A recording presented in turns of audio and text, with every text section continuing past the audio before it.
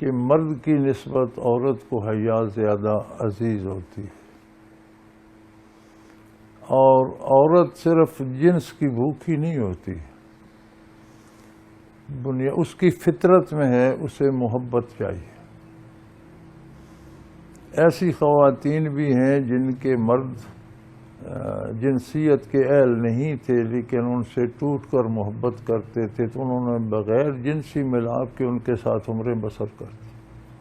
بالکل صحیح۔ یہ غلطیاں کیوں کرتی ہیں؟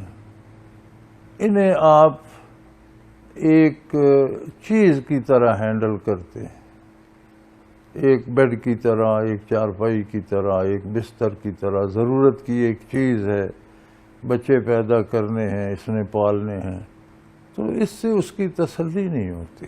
صحیح۔ قصور اس کا بھی ہے، لیکن میں یہ سمجھتا ہوں کہ بنیادی قصور آپ کا ہے، آپ اسے محبت نہیں دے سکے۔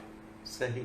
آپ اسے کپڑے اچھے دیتے ہیں، کھانا اچھا دیتے ہیں، سارا اس کی تسلی کرتے ہیں، لیکن اس سب کے ساتھ فیلنگز، محبت، پیار، وہ ایک الگ شے ہے۔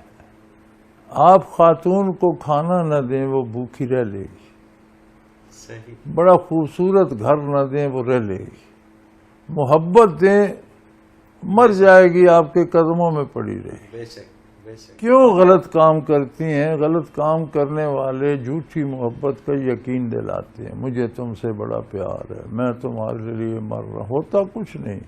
صحیح۔ وہ اس چیز کی بھوکی ہوتی ہیں، وہ دھوکہ کھا جاتی۔